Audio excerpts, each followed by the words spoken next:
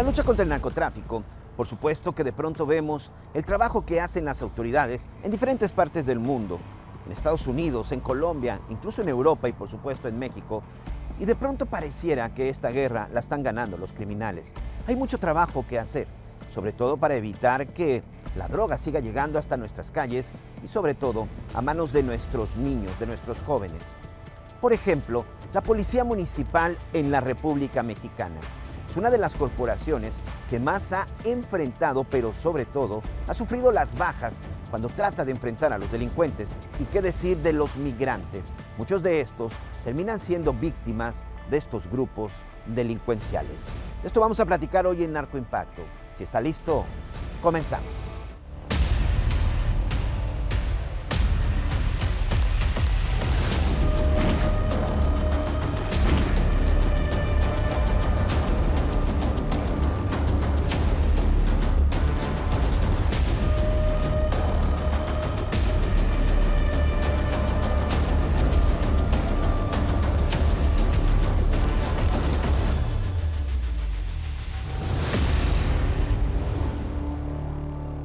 En México existen tres tipos de policías: la federal, la estatal y la municipal. Este último grupo es el más vulnerable, es el que prácticamente ha quedado en el olvido de las autoridades. Es el policía que más se acerca a la gente y sobre todo que conoce mayormente los problemas que existen en la colonia, el barrio, en cualquier poblado. Hoy estos policías están en desventaja y por desgracia son una de las muchas víctimas en la guerra contra el narcotráfico.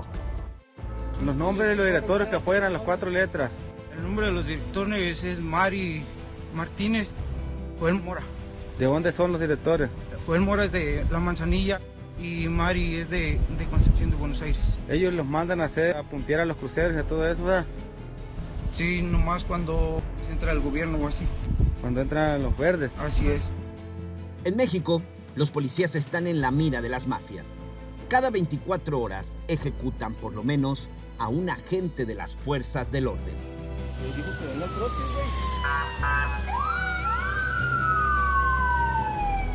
Desde 2018, la organización civil Causa en Común ha realizado un seguimiento de los asesinatos del personal de seguridad en el país, y estos son los resultados. De acuerdo con la investigación, de diciembre del 2018 a diciembre del 2022, en la República Mexicana han asesinado a 1,802 elementos encargados de nuestra seguridad y protección. Las policías municipales reportan 997 bajas. Las policías estatales informaron sobre 706 asesinatos y las corporaciones federales 99 muertes. En el análisis se destacan 5 estados por su alto índice de violencia contra policías. Se trata de Guanajuato, con 226 uniformados ejecutados, mientras que hubo 119 casos en el Estado de México, 104 en el estado fronterizo de Chihuahua, mientras que en Veracruz y Michoacán se reportó la muerte de 101 elementos de seguridad.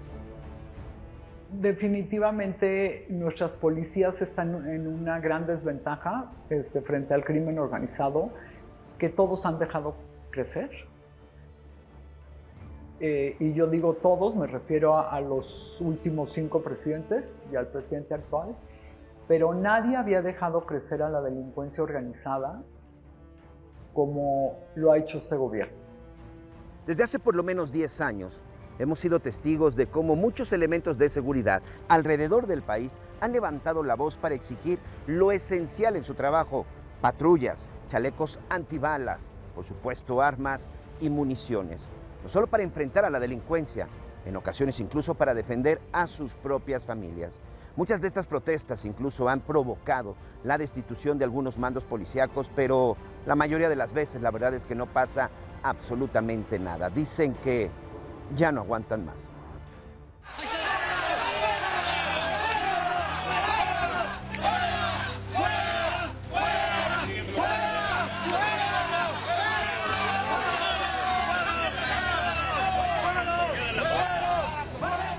Colima es un ejemplo En algunos poblados, los agentes municipales piden que se les asigne por lo menos una pistola. No cuentan con su principal herramienta de trabajo. Las armas no alcanzan para armar a todos los compañeros y hay ciertos requisitos que la misma ley nos obliga, precisamente con confianza y todo eso que se tiene que cubrir para que estemos dentro de la ley, ¿no? Acuérdense que les decía yo hace ratito, las armas son de la policía estatal y de otra forma pues ellos son los que supervisan, ellos son los que ven que estemos aplicando de parte de esa legalidad. Entonces yo no tenía conocimiento que había algunos compañeros que están desarmados. Algunos elementos de la municipal ya tienen miedo de salir a la calle por los delincuentes. Sí, porque se sienten en desventaja.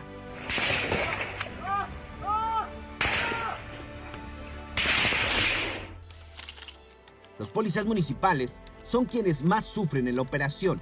Algunos cuentan con un revólver Smith & Wesson de 1990 de tan solo 6 tiros. Sí, pistolas de más de 3 décadas.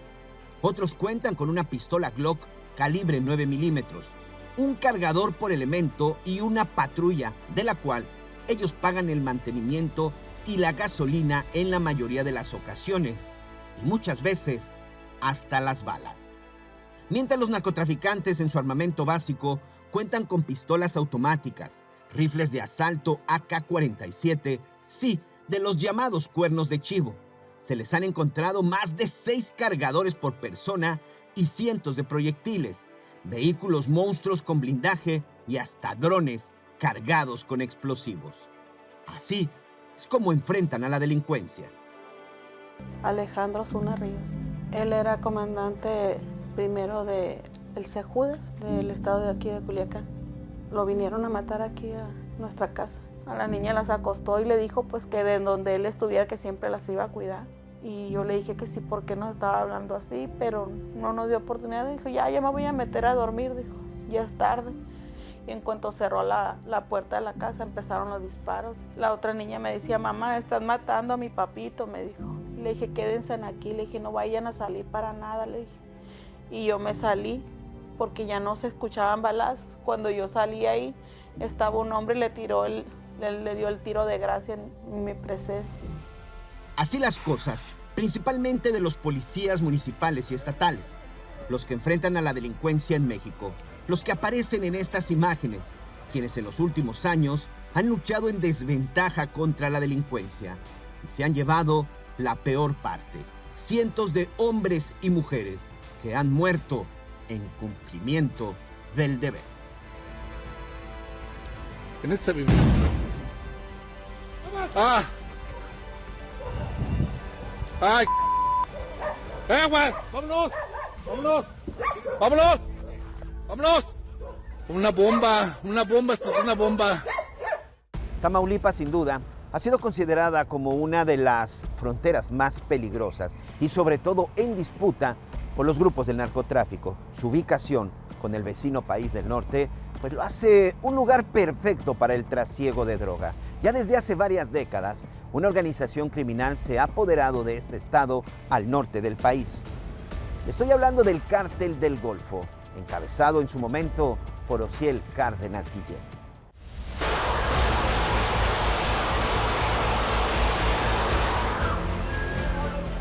En cualquier momento, las cosas se incendian en Tamaulipas, estado del noreste de México, donde la violencia es una herencia del Cártel del Golfo, grupo criminal que durante 5 décadas ha sembrado el terror.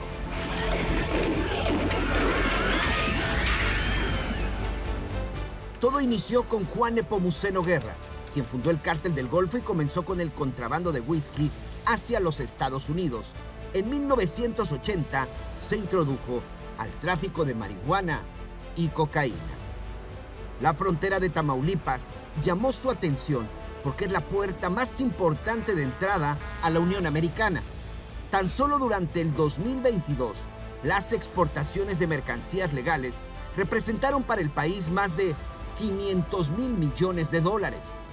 Por ello, la frontera es usada por muchos criminales para traficar armas, cocaína, drogas sintéticas, gasolina y personas.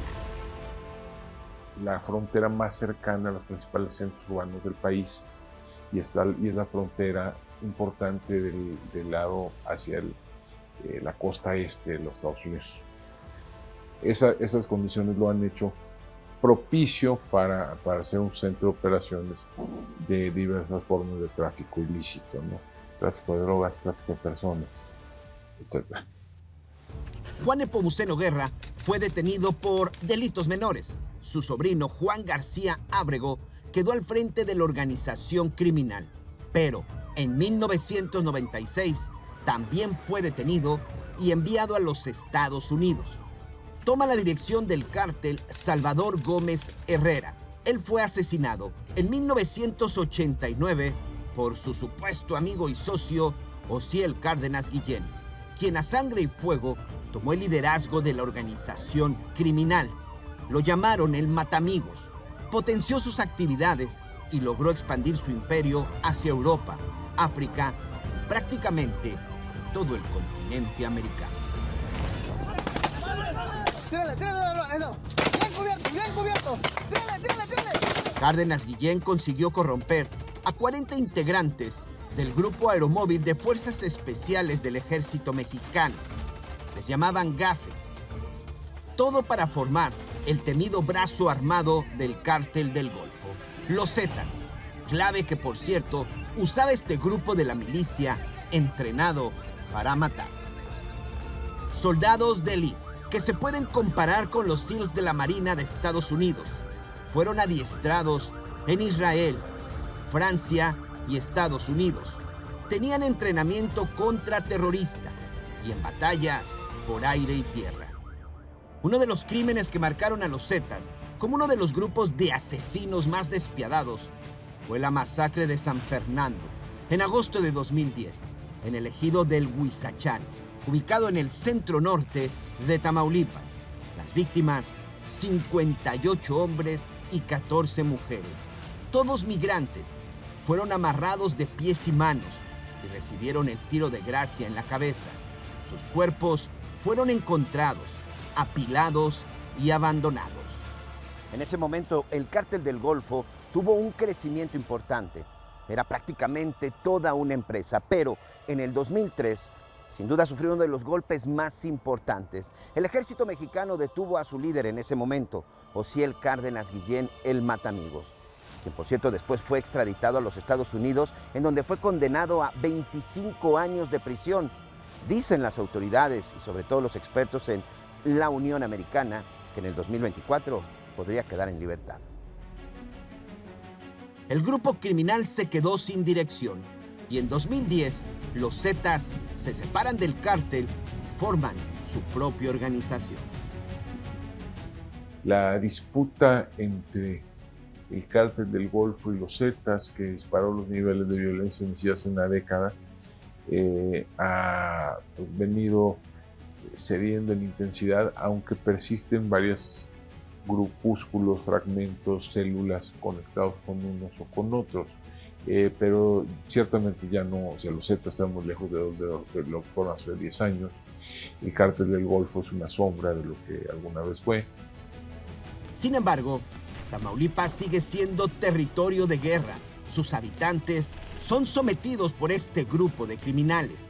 El comercio que se puede tener a través de sus 17 puentes internacionales genera nuevas confrontaciones entre cárteles.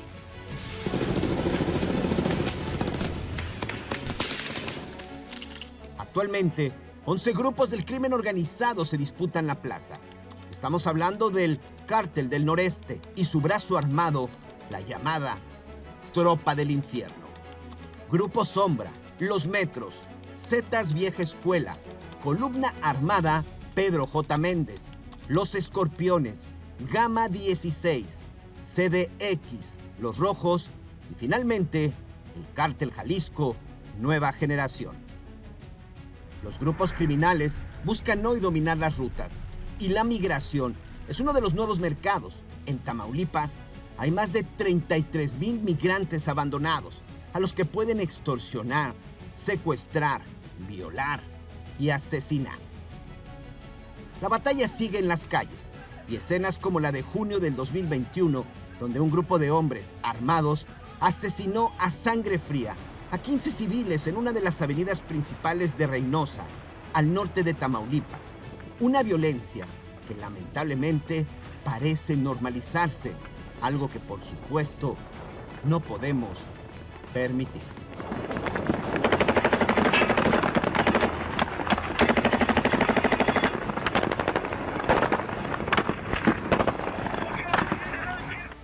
Por supuesto que la operación de este grupo criminal y en donde ha dejado sangre y terror no solamente ha sido en el estado de Tamaulipas, por ejemplo, aquí en la zona de Nuevo León, en su capital Monterrey, también se ha tenido presencia de este grupo.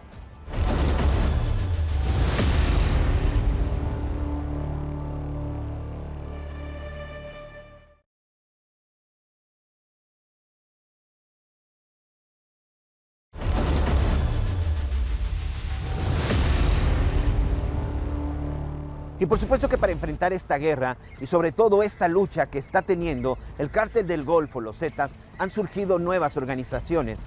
Hay una que en este momento tiene de cabeza prácticamente a las autoridades y que ha sembrado terror y que por desgracia muchas víctimas inocentes se han topado en su camino. Vamos a conocer un poco acerca de la llamada Tropa del Infierno.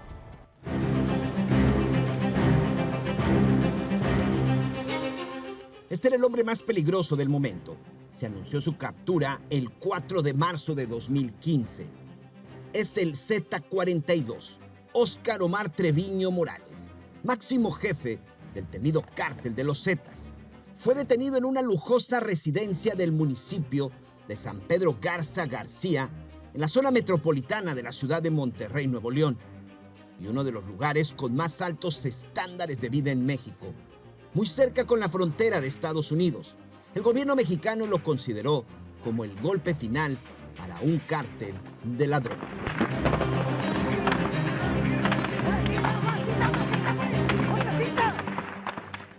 Fuerzas federales, encabezadas por la Secretaría de la Defensa Nacional, detuvieron en el municipio de San Pedro Garza García, en Nuevo León, a Óscar Omar Treviño Morales, jefe de un grupo delictivo con presencia en diversas entidades del país y cuyo asiento ha sido ubicado en el estado de Tamaulipas. Pero la captura del Z-42 detonó una ola de violencia en el litoral del Golfo de México, principalmente en Tamaulipas. Luchaban por la permanencia de la plaza y el liderazgo delictivo. Así se abrió paso el llamado Cártel del Noreste.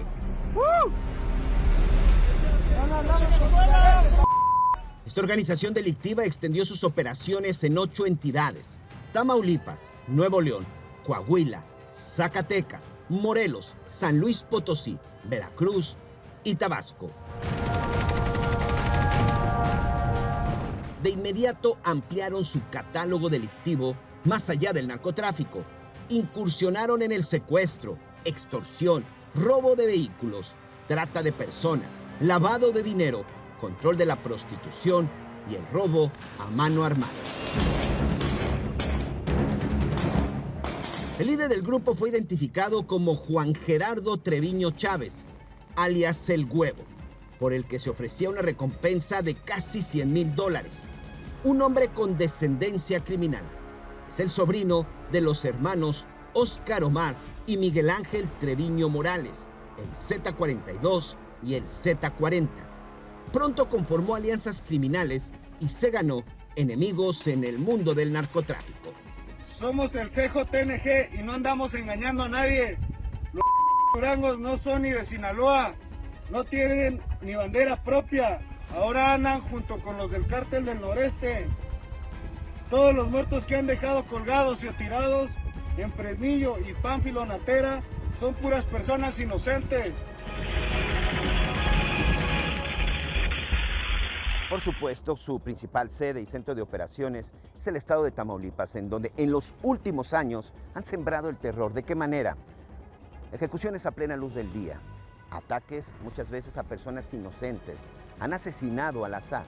Mucho de esto lo han videograbado y lo utilizan para amedrentar a sus contrincantes e incluso a las mismas autoridades. Es el nuevo brazo armado del Cártel del Golfo. Los llaman la Tropa del Infierno.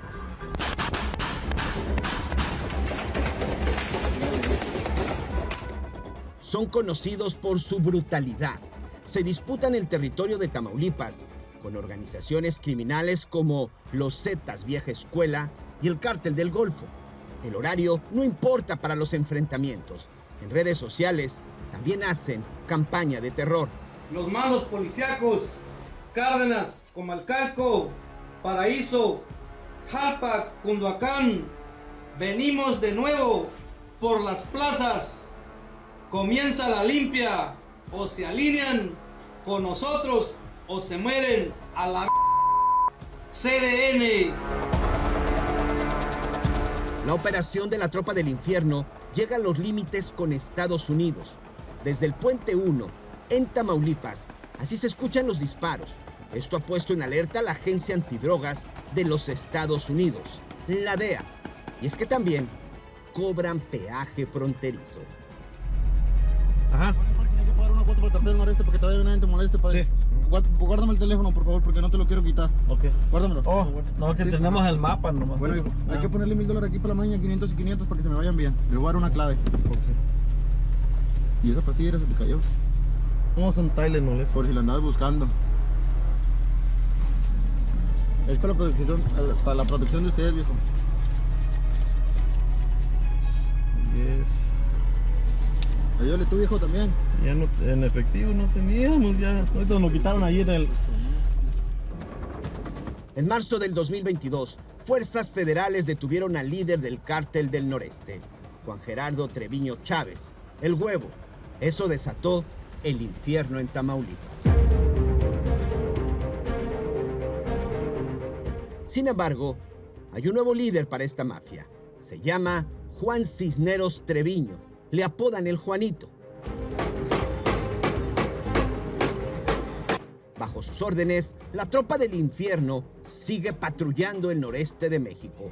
En sus monstruos, vehículos artillados y con blindaje artesanal, sembrando el terror, también en los límites de la frontera con Estados Unidos. Y hasta el día de hoy, parece que nada ni nadie puede detenerlos. ¡Tenemos un herido!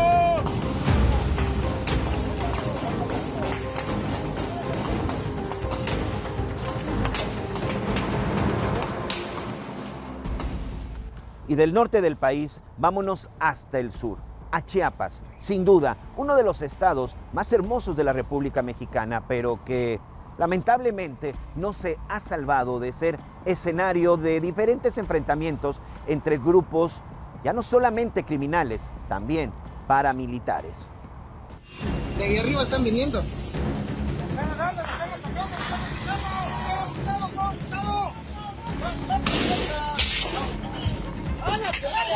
La violencia se desató en Chiapas, el estado más pobre de México, de acuerdo con las cifras gubernamentales.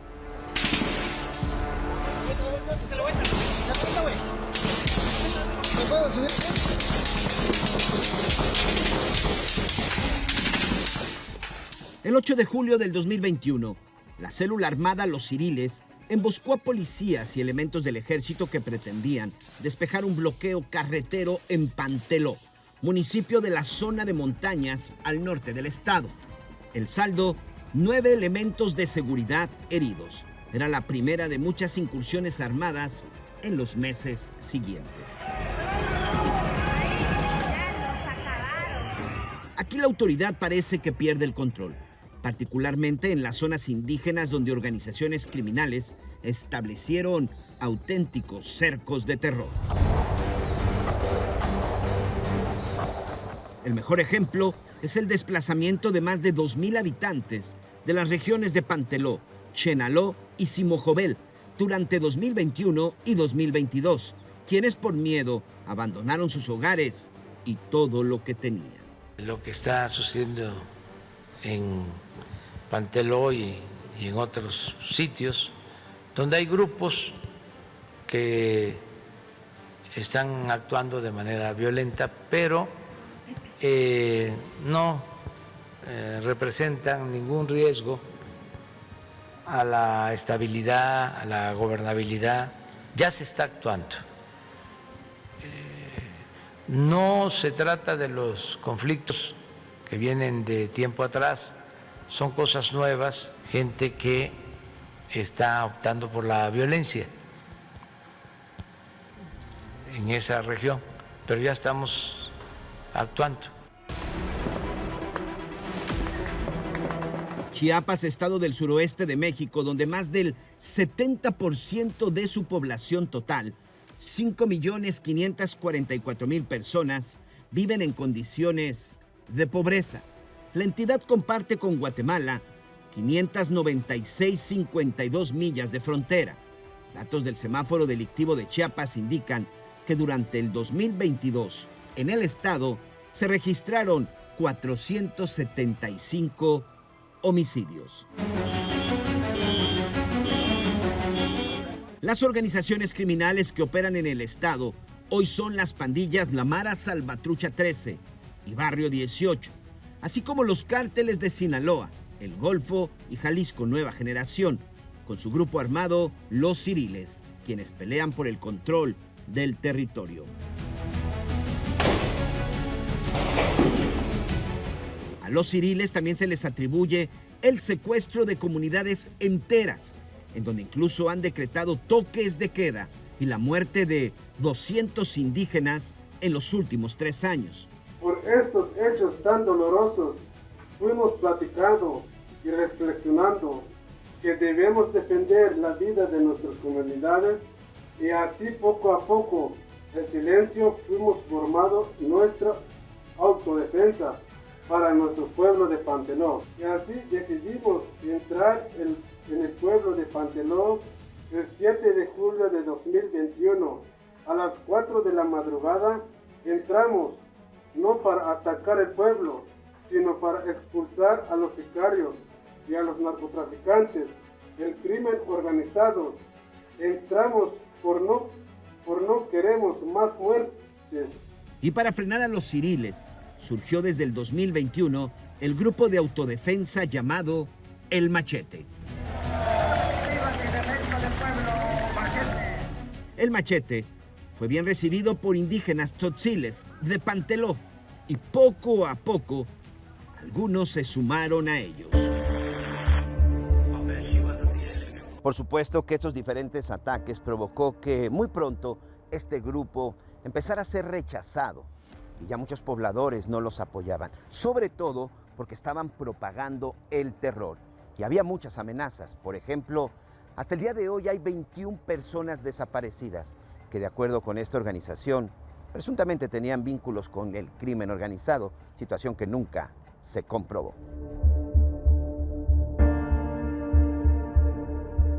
Este gobierno le ha ido entregando día tras día más y más territorios al crimen organizado y a otro tipo de grupos, en este caso de autodefensa.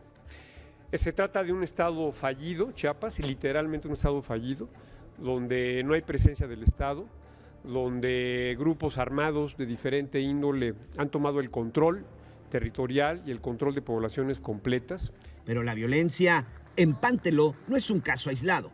El resto del estado vive una crisis de seguridad. Las desapariciones forzadas también son una problemática que han ido en aumento en el estado.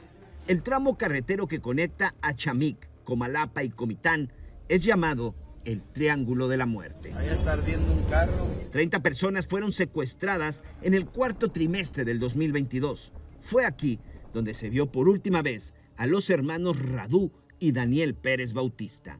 Yo quiero pedirle de todo corazón a las autoridades correspondientes que por favor me ayuden a encontrar a mis 2 hijos porque ya 15 días que están desaparecidos. Yo no puedo ya con esta incertidumbre, Dios mío. Quiero que me ayuden a encontrarlos, por favor. Como el caso de los hermanos Pérez Bautista, en Chiapas existen 542 personas reportadas hoy como desaparecidas. En su mayoría, hombres de 17 a 24 años de edad. La presencia del crimen organizado crece en uno de los estados con mayores niveles de carencias. La violencia llegó a las comunidades más pobres y vulnerables de México.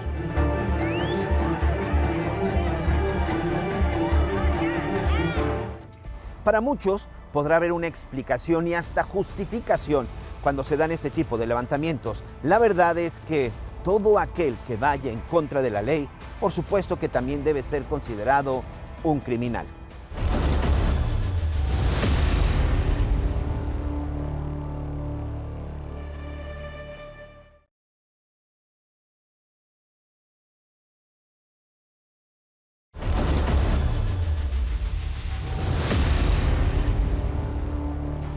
Y si hay algo sin duda que lacera, que lastima, es cuando hablamos de migrantes, sí, aquellas personas que tienen que salir de sus hogares, tienen que dejar su casa, a su esposa, a sus hijos, a sus padres, para tratar de darles una mejor vida.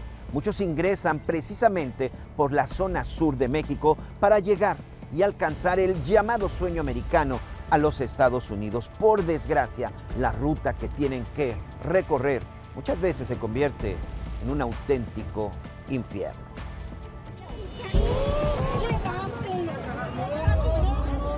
En el piso, un recién nacido con rastros de sangre. Una imagen dolorosa, pero clarifica la violencia que se vive en algunas regiones de México.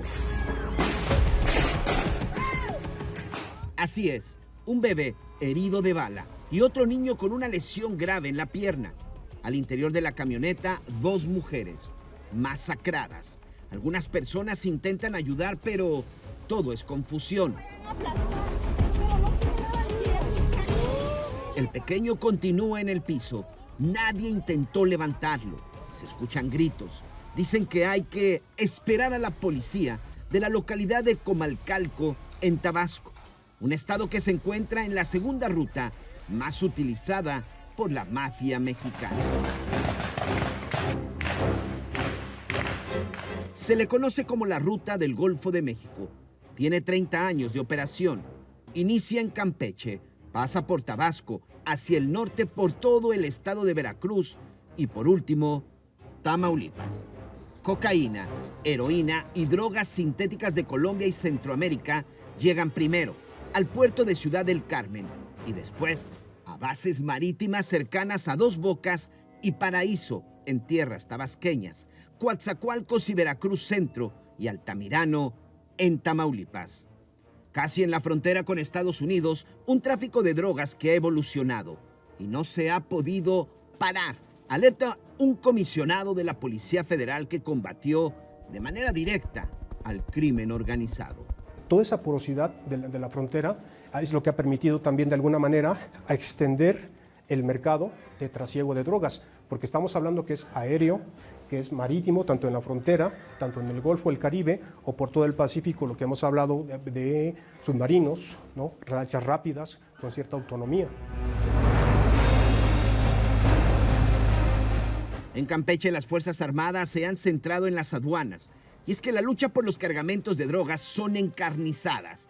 No quieren perder ni un dólar en el trasiego de estupefacientes. En Tabasco, la droga está por todas partes. En la imagen, adolescentes están en shock por consumo de cocaína en el parque infantil de la ciudad deportiva de Villahermosa. Cuando la droga ya está en tierra, aseguran algunos narcotraficantes que ahora hay que cuidarla a sangre y fuego para que finalmente este veneno llegue a su destino. Vamos a ver las siguientes imágenes. Ocurrió en Veracruz. Un presunto narcotraficante fue secuestrado, golpeado, torturado y ejecutado. Sus enemigos, los sicarios, se llevaron el cuerpo y nunca se supo en dónde lo abandonaron.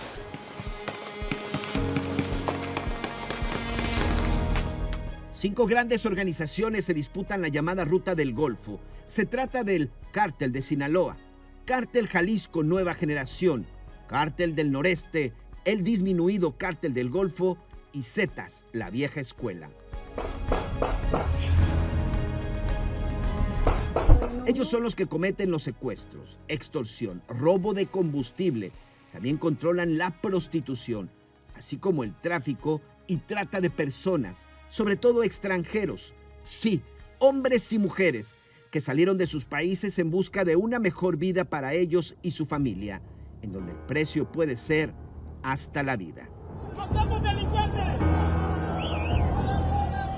Y es que en los últimos años se han formado caravanas de migrantes que quieren cruzar todo México para llegar a los Estados Unidos y cumplir el llamado sueño americano.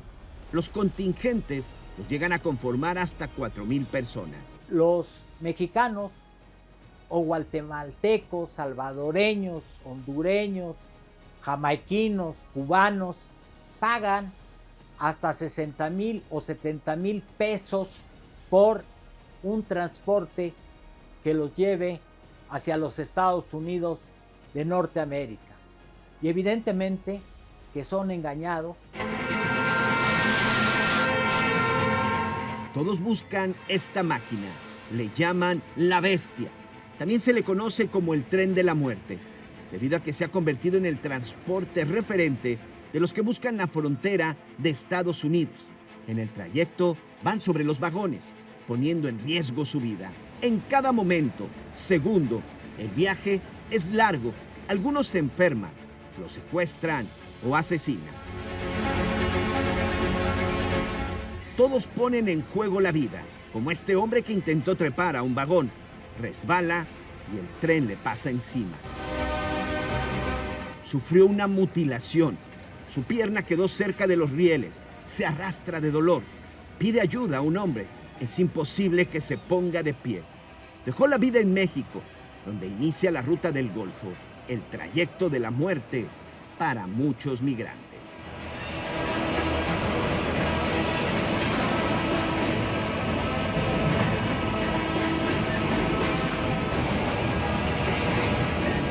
Pero ya que estamos en el sureste de México, hay dos estados que lamentablemente también en los últimos años han sido escenarios de enfrentamientos y sobre todo de disputa entre los cárteles de la droga.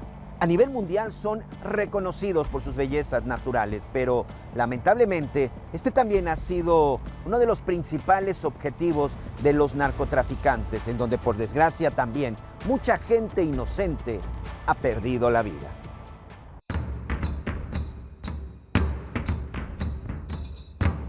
La violenta lucha por los puntos de venta de drogas rompió el paraíso de la Riviera Maya.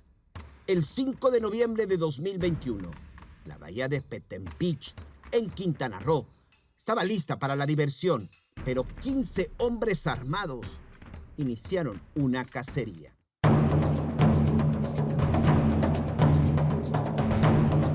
Los dos sujetos que visten de negro eran presuntos narcomenudistas. Segundos después, iniciaron los disparos.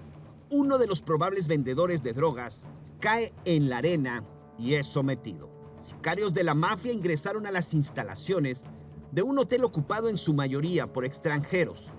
La lucha armada se extendió a los pasillos. La playa fue sitiada por otro grupo de gatilleros.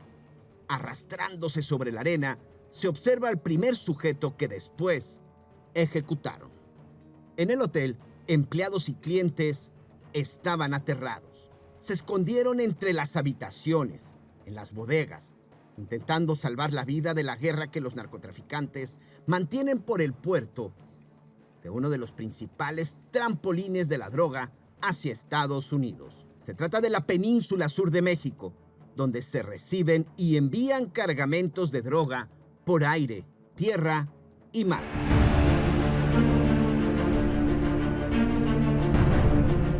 Son 3 los estados que los varones de la droga intentan controlar: Yucatán, Quintana Roo y Campeche.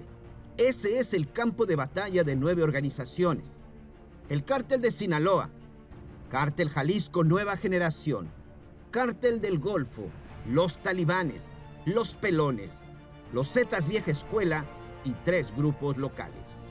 Ellos son los que a punta de pistola han perforado la zona turística y la seguridad de las fronteras para que lleguen los cargamentos de droga. Así lo alertó Gerardo Garay Cadena, un hombre que luchó de frente contra la delincuencia.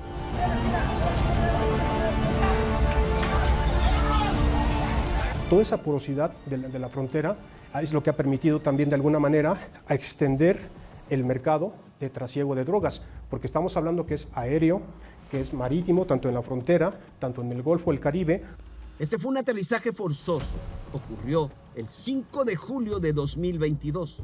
La Fuerza Aérea Mexicana inició la batalla en el cielo de Quintana Roo y los tripulantes de la avioneta tuvieron un descenso de emergencia. Hubo un enfrentamiento y 2 narcotraficantes fueron detenidos. El cargamento provenía de Colombia. Un reporte del ejército revela que de enero del 2019 hasta diciembre del 2022 se interceptaron 75 aeronaves. Se aseguraron más de 25,000 libras de cocaína, 4,000 libras de metanfetaminas y 300 pastillas de fentanilo. Todo esto, de haber llegado a las calles, hubieran representado millones de dólares de ganancia para los criminales y millones de dosis del veneno que hoy está acabando con nuestros niños y jóvenes en México y Estados Unidos.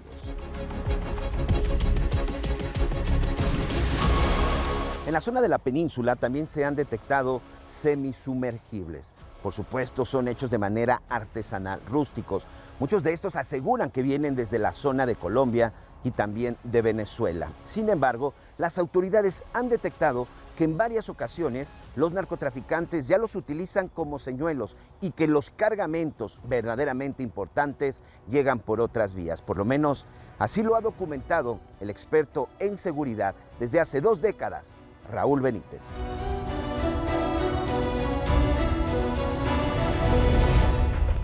Los narcotraficantes que salen, que embarcan la droga desde Colombia, tienen un nivel de pérdida del 30-40% de la droga que mandan. Eso ya lo saben ellos.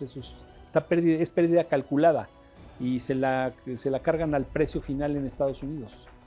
En la península sur de México la seguridad se rompió y las estadísticas de asesinato solo arrojan datos de sangre.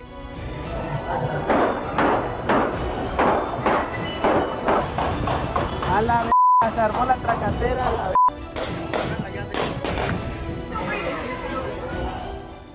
En los pasos fronterizos, ciudades y zonas turísticas de la península sur de México, durante el 2022 se reportaron 1,040 asesinatos. Hombres y mujeres por igual cayeron por los disparos de la mafia. Aquí hay que cuidarse de las balas, las 24 horas del día, los 7 días de la semana.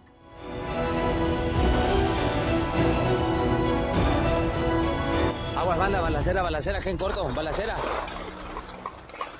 Muchas familias se han visto afectadas en estos 2 estados, pero también, no solamente por la muerte de un familiar, han tenido que dejar sus hogares, han tenido que dejar sus trabajos por miedo.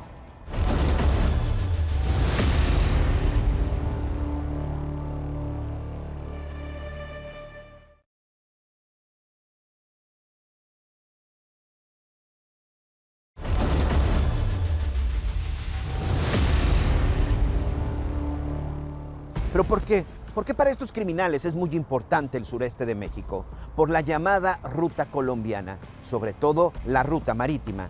Como bien sabemos, Colombia hoy sigue siendo uno de los principales productores de cocaína. Es muy importante que esa droga entre a México para alcanzar su mercado objetivo, los Estados Unidos.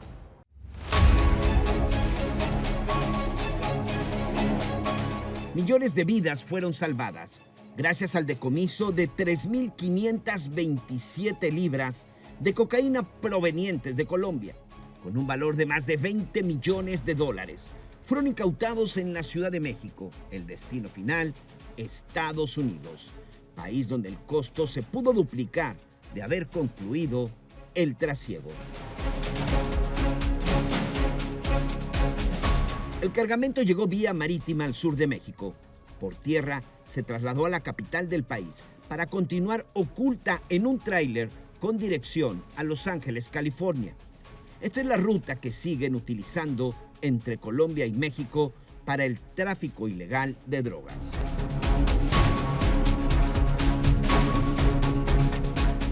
Autoridades de México y Colombia tienen identificadas 7 rutas marítimas en el Océano Pacífico, empleadas por las organizaciones criminales internacionales para el trasiego a Estados Unidos. La primera ruta parte de Buenaventura, Colombia, con dirección a Costa Rica y El Salvador. Para ello se ocupan de 24 a 48 horas en entregar el cargamento. La ruta 2 zarpa de Tumaco, Colombia hacia El Salvador y Guatemala.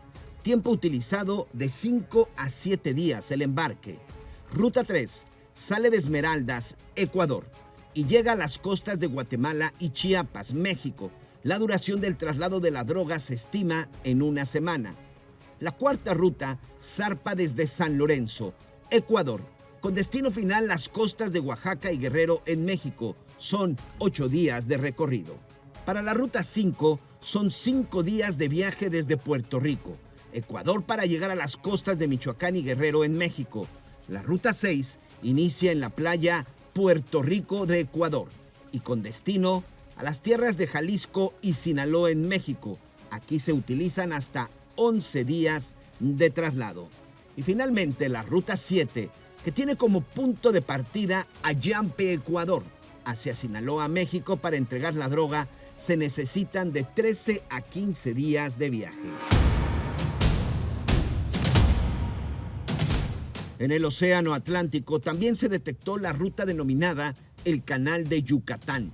Las naves con cargamento ilícito zarpan de Barranquilla, Colombia. Se dirigen a los linderos marítimos de Honduras, pasan por el estrecho entre Yucatán y Cuba, ingresan al Golfo y atracan en los puertos de Altamira, Tamaulipas, y Tuxpan, en Veracruz, México.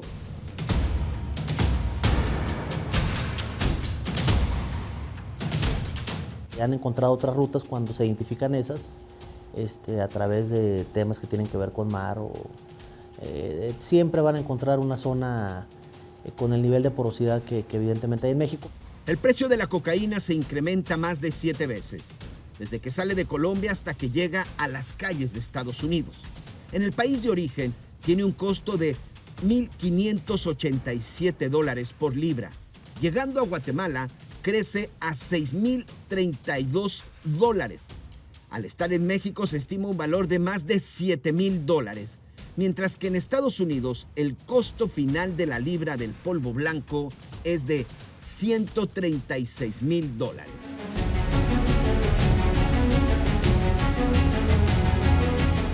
Hay muchas conexiones entre las bandas criminales colombianas y los cárteles mexicanos. Entre las embarcaciones utilizadas también por los traficantes de droga se encuentran las llamadas lanchas rápidas y los semisumergibles. En el caso de las lanchas, tienen la capacidad de trasladar hasta 4,000 libras de cocaína. Estas posteriormente se encuentran con buques más grandes que ya son los encargados de llevarlos a tierra. En estos, en ocasiones, cuando se ha logrado el decomiso, se han encontrado hasta 15,000 libras de polvo blanco. Yates y veleros se ocupan en distancias cortas y pueden transportar hasta 4,000 libras de cocaína. Barcos de pesca, generalmente atuneros y camaroneros, además de trasladar droga y también proporcionan apoyo logístico a las embarcaciones de contrabando. México y Colombia son países que guardan una relación muy cercana en lo que refiere al trasiego de sustancias ilícitas, el gran negocio del narcotráfico.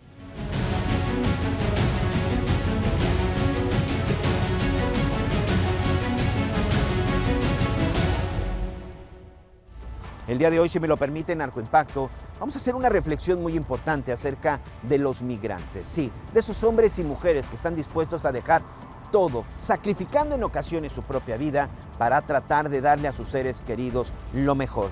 ¿Qué pasa con las autoridades que están provocando esa expulsión? Pero además, ¿quién los protege en ese trayecto para tratar de alcanzar el sueño americano? Como sociedad, por supuesto, hay que tratar de tenderles la mano, porque ya vimos que muchas veces se encuentran muy solos en este terrible camino. Gracias por acompañarnos a una emisión más de Narcoimpacto. Hasta la próxima.